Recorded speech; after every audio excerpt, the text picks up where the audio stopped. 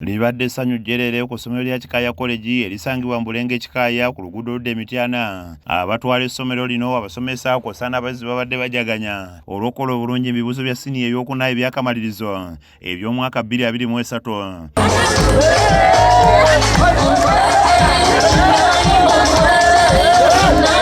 Omutandisi w'essomero lino omwami Mubiru Charles yeebazizza abasomesa abakola omulimu ogw'okusomesa abayizi bano, bw'atyo ne yeebaza n'abayizi olw'okufaayo ennyo ng'abasomesa ekibayambye okuyitira waggulu. Twebaza Katonda, twebaza abasomesa, twebaza abazadde, twebaza buli muntu yenna. Kino kye tuwadde abaana Uganda kye yeetaaga. Grades ennungi bazifunye, but at the same time bafunye ne qualifications. Y'omukulu w'essomero lino Nalubale Victoria naye atendereza abasomesa wamu n'abayizi olw'okufaayo ennyo wakati nga basomesa nga kino kibayambye okutuuka ku buwanguzi obw'omuggondo. Last year we had 76 candidates. 46 of them have had their first grades and then the rest have passed with second. We thank God so much for that wonderful performance. Director w'essomero lino omwami Mubiru Charles era ategeezza nti tebakoma okusomesa abayizi bya mu kibiina byokka nga bagattako n'amasomo g'ebyemikono, era ng'omuyizi agenda okufuluma essomero lya Kikaaya ng'alina omulimu gw'omutwe gw'amanyi oguyinza okumuyamba okuwangula mu nsi eno ejjudde ebbula ly'emirimu. Tubataakinga ku departments ez'enjawulo kati ffe enkola yaffe nti omwana alipotinga mu senior 5 automatically alipotinga ne mu Kikaaya vocational school. Tutambulira mu programs bbiri, academic ne vocational.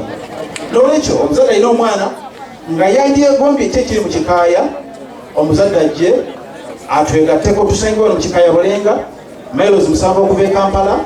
Yeebazizza nnyo abazadde abawadde abaana, bw'atyo n'akoola na buli omu gy'ali okubongera abaana b'eggwanga babangule. Ebimu ku bizibu bye tulina mu Uganda kye kizibu ky'ebyemirimu, naye Kikaaya ekyo yakinogera eddagala nga tuyingiza vocational training nti abaana basomera mu secondary basomera ne mu technical kyekyenjawulo bagenda okumaliriza baba tebayinza kufeiringa mu bulamu. Atwetaaga okutwegattako ajje ebifo tulina bwebiri.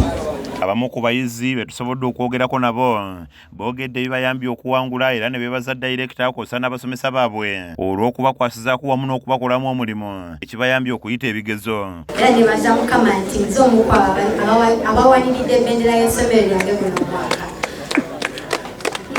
Ekituyambyeko okuba nti tukoze bulungi nnyo unlike other schools nti nga munnange bw'ayogedde we have plenty of resources. Kizibu nnyo okusanga essomero nti nga balikkiriza okukola practicals at any time.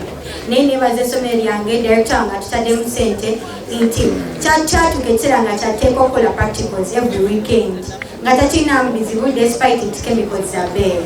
Ne library yaffe ennungi, ba librarian bali so accommodative. Nebaza Katonda olw'essomero lyaffe lino Kikaaya College era ebituyambye okuyita obulungi ne first grades ennungi nti abasomesa baffe kati eza Mr. Video babadde always available nga bwe tubeetaagira babaawo. Essomero lya Kikaaya College lyatuuza abaana 76 nga ku bano 46 bayitidde mu ddaala erisooka ng'ate 30 bayitidde mu ddaala eryokubiri. Akim Semakula yakusakidde eggulire lino ku KSTV Agalero.